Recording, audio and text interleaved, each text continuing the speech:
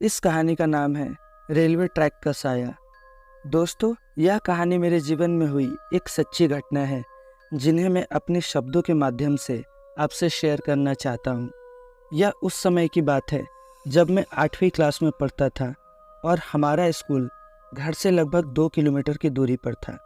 हम लोग railway line के रास्ते स्कूल जाते थे क्योंकि वह एक शॉर्टकट रास्ता था।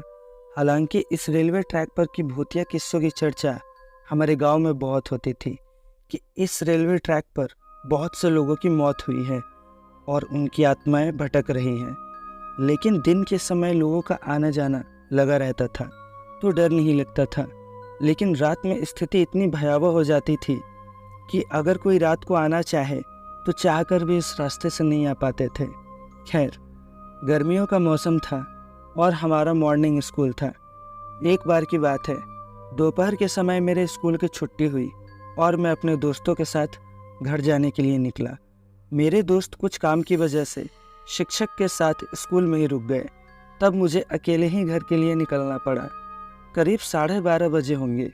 मैं अभी आधे रास्ते पहुंचा कि ऐसा महसूस हुआ कि कोई मेरे पीछे पीछे चल रहा है। मुझे अजीब सा डर महसूस हुआ, लेकिन मैंने पीछे नहीं देखा क्योंकि ऐसा कहा जाता है कि अगर सुनसान रास्ते पे पीछे से कोई आवाज़ आए या कोई नाम लेकर बुलाए तो पीछे मुड़ के कभी नहीं देखना चाहिए, क्योंकि ऐसा करने पे बुरी आत्मा आपके ऊपर हावी हो सकती है। मैंने इस चीज़ को नज़रअंदाज करके अपने डर पे काबू पाने का प्रयास किया और आगे अपने घर की तरफ मन में हनुमान चालीसा का पाठ करते हुए चलने लगा। अब की बार तो हद ही हो गई। कोई पीछे से मेरा नाम लेके बुलाने लगा और मैं अंदर से बुरी तरह कांप गया, लेकिन मैं हनुमान जी का नाम लेते हुए आगे बढ़ता रहा। तभी सामने से एक बूढ़े बाबा आते दिखाई दिए। उन्हें देखकर मेरी जान में जान आई। मैं तुरंत दौड़कर उनके पास पहुंचा और सब बात बताई। तो वो मेरी बात सुनकर हंसने लगे और बोले कि बेटा, तुझे भ्रम हो गया है, दिन में ऐसा कुछ नहीं होता। अपने घर जा, ठंडा पानी पी और आराम कर। दोपहर की गर्मी के कारण तुझे भ्रम हो रहा है।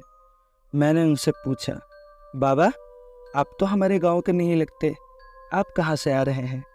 तो उन्होंने कहा, बेटा, मैं अमित के दादा का रिश्तेदार हूँ और कुछ काम से बाजार जा रहा हूँ। चल, अब मुझे देर हो रही है, तू अब घर जा।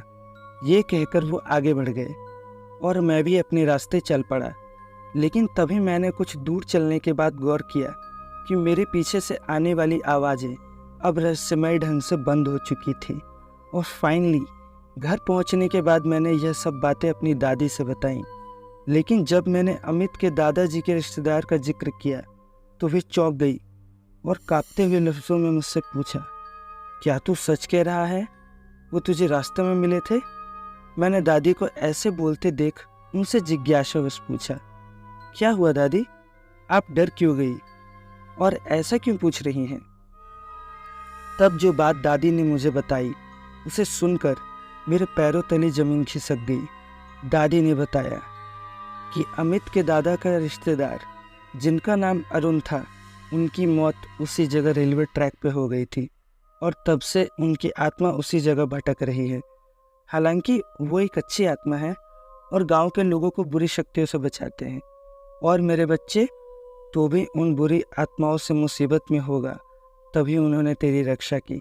यह सब जानने के बाद मुझे थोड़ा डर तो लगा कि मेरा सामना आज एक आत्मा से हुआ था, लेकिन फ़र्क सिर्फ इतना था कि वो एक अच्छी आत्मा थी और मदद करने के लिए मैंने मन ही मन उन्हें धन्यवाद दिया। अब इस घटना को लगभग 9 साल बीत चुके हैं, लेकिन आज भी वो घटना याद आती है तो मैं अंदर से सिहर जाता हूँ। तो दोस्तों, कैसी लगी आपको मेरी ये कहानी? अगर आपके साथ भी कोई ऐसी घटना घटी हो तो उसकी कहानी मेरे इंस्टाग्राम पर भेजें। मैं उस कहानी को अपने इस चैनल के माध्यम से अपने शब्दों में दर्शकों तक पहुंचाऊंगा।